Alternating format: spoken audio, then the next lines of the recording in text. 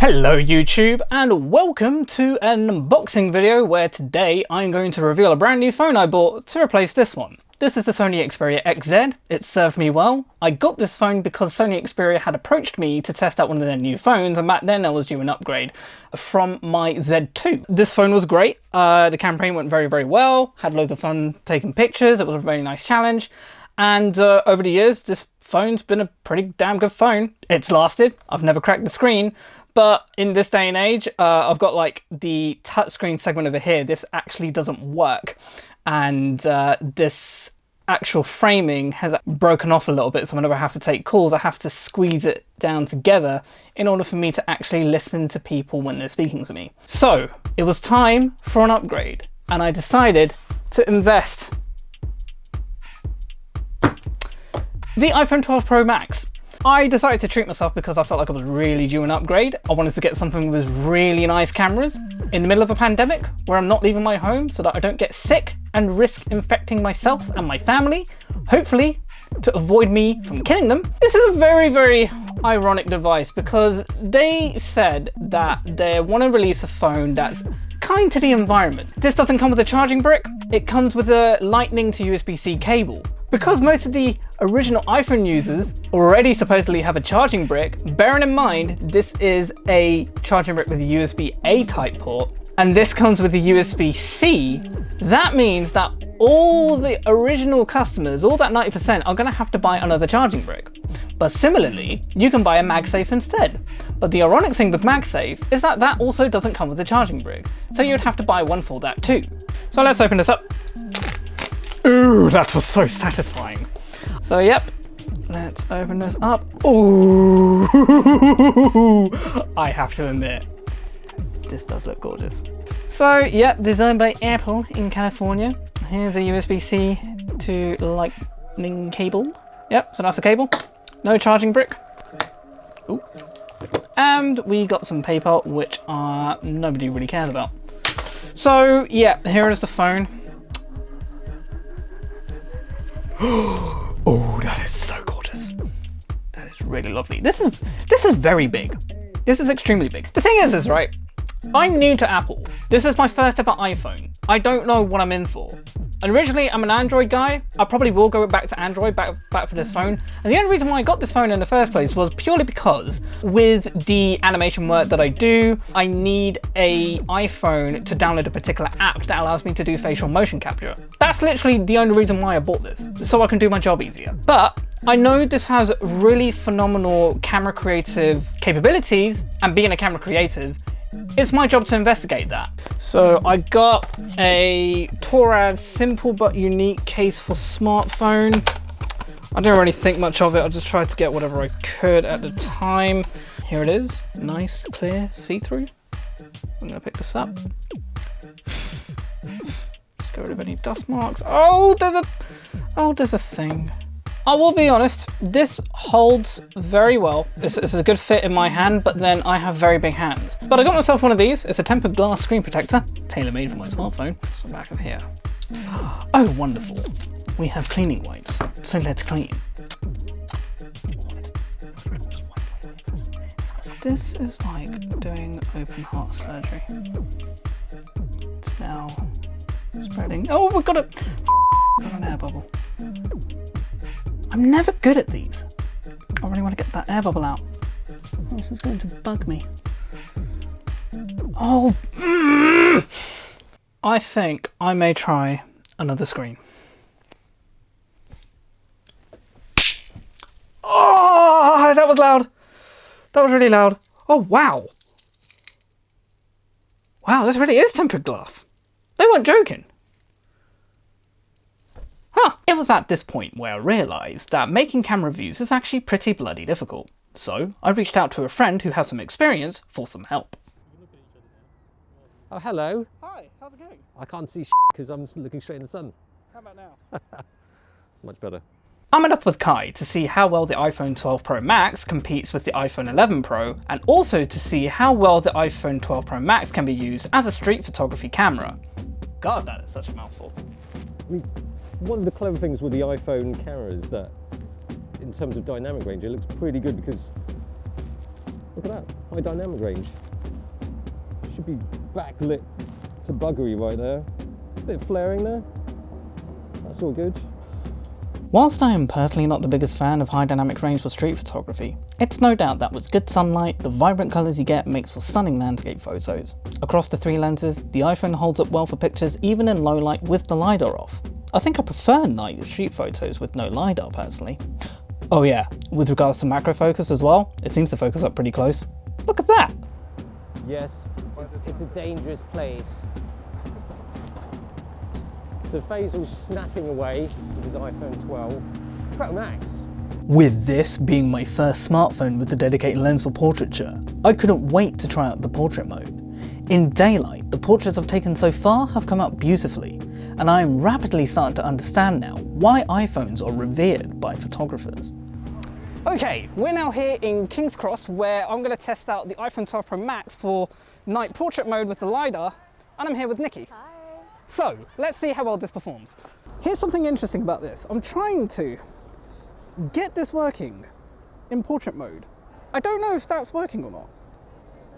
So we take a picture here, but if I do it in 1x zoom, right? Now keep that pose. I'm going to change it so that the LiDAR's off. And we'll go again. Right. It seems to me that the LiDAR mode only works in wide angle mode, and I have to admit, I prefer the portrait with the LiDAR off. What do you think? Yeah, I agree. Rather baffling, that. I had tried and tried and tried to figure it out, but weirdly enough, night mode just refused to work on a zoom lens in portrait mode, despite it working fine on the regular photo mode. Why? I wish I knew. But despite that, the images in low light came out well, but shooting on the zoom lens was hit and miss. Considering the image stabilization, some shots came out pretty noisy and blurry, but some also came out sharp and clear too. And it's a given that this could be due to how steady your hands are, and the lighting itself. Meanwhile on the standard lens, between the night mode on and off, I don't know about you, but I genuinely feel gravitated towards the portraits with the night mode off. And as for portraits in strong lighting, it works beautifully and I loved shooting in it. Although for some reason I did find that the portraits came out just a tad more sharper on the standard lens, as opposed to the zoom lens. I think I was a little bit naive in thinking that the iPhone's portrait mode would behave just like a DSLR, because the fact of the matter is, it doesn't. But that's not to say that it's still not a powerful feature. The portraits have been coming out fantastic so far. I still think the portraits look better without the LiDAR mode on, whichever lens that may be, because I thought it would work on a 2.5 zoom, but it seems to work more effectively on the 1 standard lens. I'm really confused. I don't know why this doesn't work on the zoom lens, but do you know what? It's still a powerful camera nonetheless. I'll try and make it work somehow. Maybe they'll add some features in the future. Who knows? I guess we'll see in due time. As a skateboarder, being able to create good video footage is integral to the culture. So when I went to the skate park, I was amazed to see the in-body stabilization work so well in the smartphone, both on the board and on my feet. Not just for the back camera, but the front camera too. Let's see how this goes. I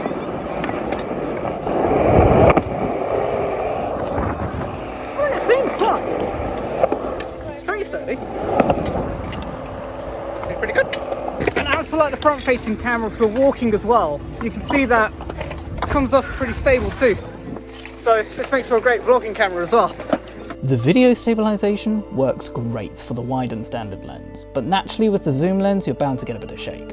In low light, the iPhone is more prone to shaky footage across all 3 of the lenses. However, the video quality in low light certainly makes the conscious effort to move slower worth it.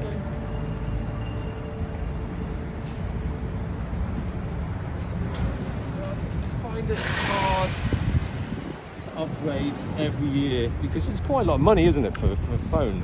Yeah, quite a lot is a bit of an understatement. I'll be dead honest, I'm really blown away with how you look on this. Well, thank you. With the iPhone being able to film in 4 different filming frame rates going up to 240 FPS, this makes it the highest frame rate filming camera I currently own for 1080p resolution, and also for 4K resolution as well. The iPhone goes up to 60 FPS for 4K, but I'm going to test out its filming quality in a separate video. You know, I've got to admit, with these iPhones, Like, the 12 Pro is really good, but I don't see much of a difference compared to the 11. Because you got the 11 Pro, don't you? Yes. Yes. So, yeah, apart from like the sensor size and stuff, it's pretty much the same. It might perform different at night with the LiDAR scanner, I feel, but more or less, it's just the same thing, just regurgitated with a new chip. Now Apple, if you're watching this, please don't attack me. This isn't me saying that this is a bad device at all. It's more that with a company as powerful as yourselves, I honestly know for sure that you guys absolutely have the potential to bring more innovation to the iPhone camera. But who knows? Maybe we'll see something completely new and fresh in the iPhone 13. But given that the iPhone 12 Pro Max retails from £1,099, which is a lot of money for a smartphone, it begs the question, is it worth buying? And the truthfully honest answer is that it only becomes worth buying when you consider where it is that you're upgrading from. For me, I upgraded from a 4-year-old Android phone that was almost broken, and for me, I thought it was worth it because I can see significant improvements.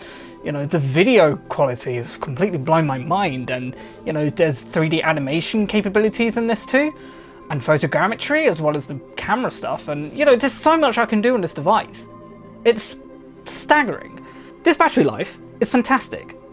It's actually really took me by surprise. My old phone, I'd have to charge it for most of the day at the office, just so that I have enough juice for me to get home, and by then it will go from like 100% down to about 50–40%. With this device, if I charge it in the morning, go to work, come back home, no charging at the office, I can get away with that and come home with about 60% of juice.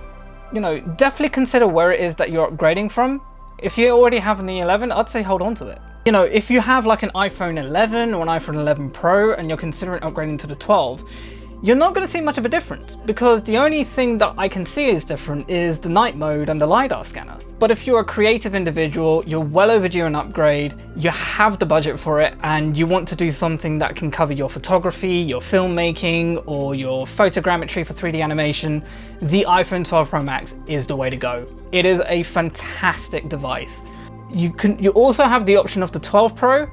There isn't much of a difference between the 12 Pro and the 12 Pro Max, I feel personally, so you know, if you don't have the budget for it, you could get away with the Pro. It's a fantastic device. Apple, you've really nailed it yet again, despite a couple of controversies, especially with the charging brick, because I really don't know how I feel about that. But for the most part, it's an impressive phone. Outdone yourselves yet again, and it'll be really interesting to see what I can create with this and what's to come for the future with the iPhone 13. So there you go guys, that's my review for the iPhone 12 Pro Max. Hope you guys enjoyed it and you've learned something, found it insightful. If anyone else has got an iPhone 12 Pro Max, feel free to comment below, let me know what your thoughts are on it, and it'll be good to get your feedback. So yeah, thank you, hope you have a wonderful day, take it easy, stay blessed.